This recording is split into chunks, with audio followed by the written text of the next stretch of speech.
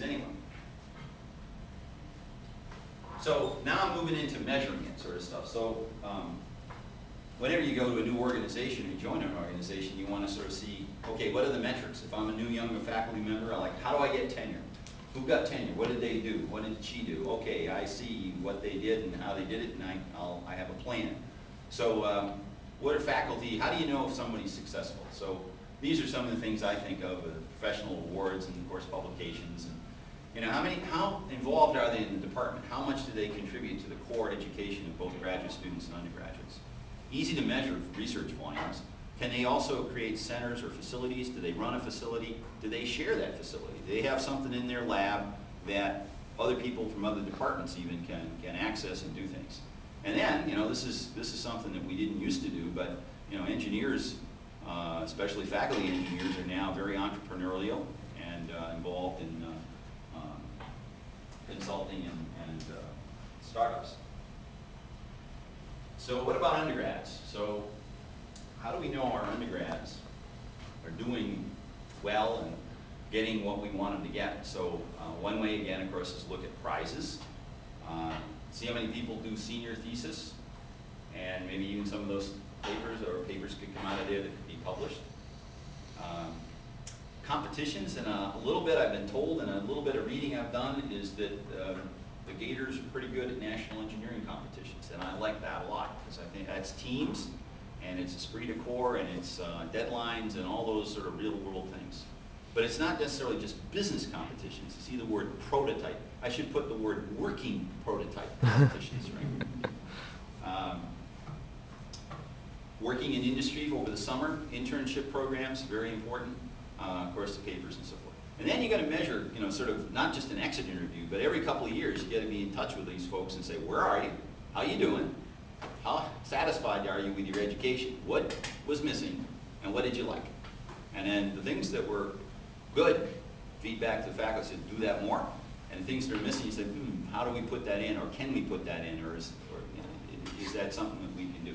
So staying connected with the alumni, and I think that's something, my sense is that that's kind of in the blood here, that's not a problem at all, that you have very good connections with your alumni.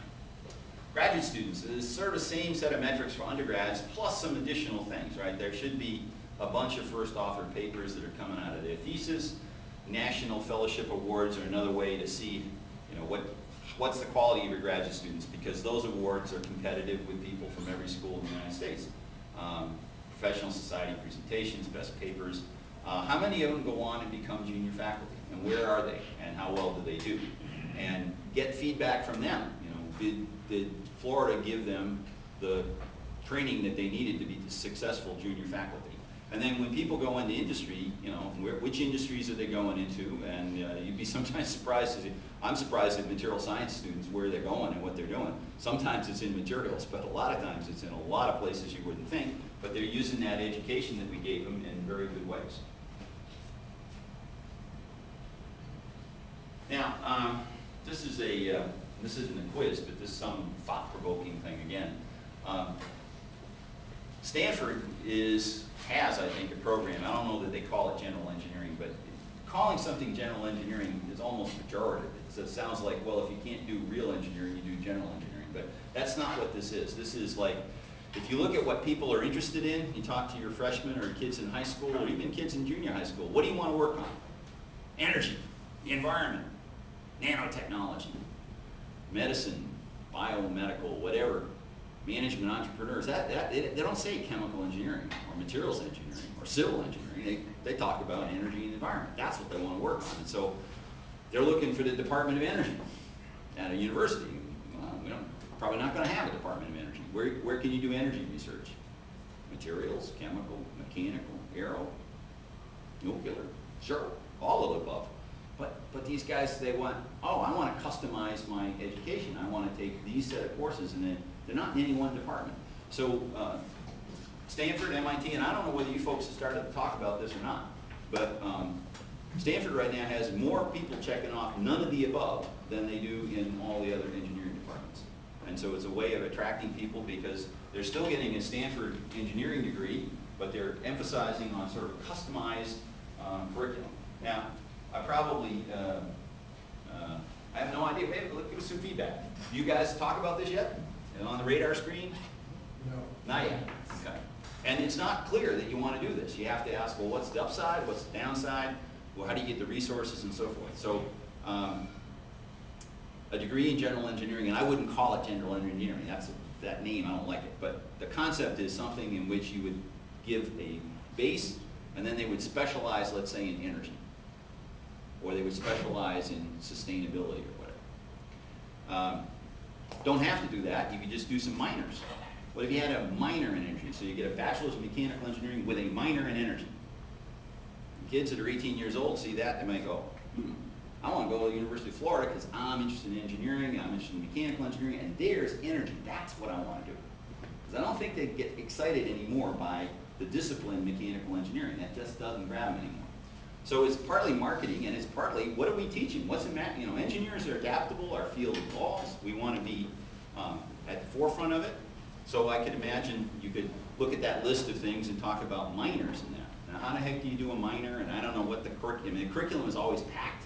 And if anybody says you're going to add courses, the answer is no, you can't, because there's no room for them. So you have to be able to figure out how do you do something in which, let's say you're going to take thermo, but you don't take thermo in the standard way in mechanical, or I don't know how many thermo courses are here.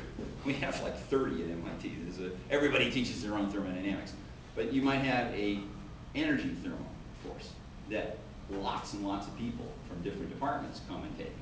Now, who's going to teach it? Well, it should be co-instructors from a lot of the departments that have stakeholder in thermodynamics and applied energy. This is a big thing. I'm just kind of trying to rile you up a little bit here and get you thinking. So why would you do it? Well, these are some reasons that MIT thinks that we want to do it. We haven't decided to do it yet. This is a balloon that's just being floated now. You can read through that faster than I can talk about it. I guess the bottom point, I think, is an interesting one. I mean, my apologies to all the people who are not engineers. Ben, I know, is one that's not an engineer. I want every student to be an engineer. And they can maybe also be something else, but they ought to major in engineering, minor in medicine or whatever. Right? So you may get a lot of kids come into engineering that are thinking, they think engineer is something they don't want, and they're interested in these other things, but it turns out engineering can do these other things. So we're thinking about it. Okay, now I'm switching out of engineering education to research. So some of the pictures on top are, you know, I suppose that one in the top middle would have been years ago a sign of prosperity, you know, smokestacks and industrial output and so forth. Now we look at it and go, oh gosh, we're screwing the environment there. It's a health threat and climate change and so forth. And, you know, human beings, we can screw up the world. We're very creative at killing people or killing ourselves and killing the environment. So how do we change? And you see those nice things about renewables and energy storage and personalized medicine and so on. How do you do that, though, and how do you do it at scale? And this isn't just engineering, but engineering is an important part of it. So research is going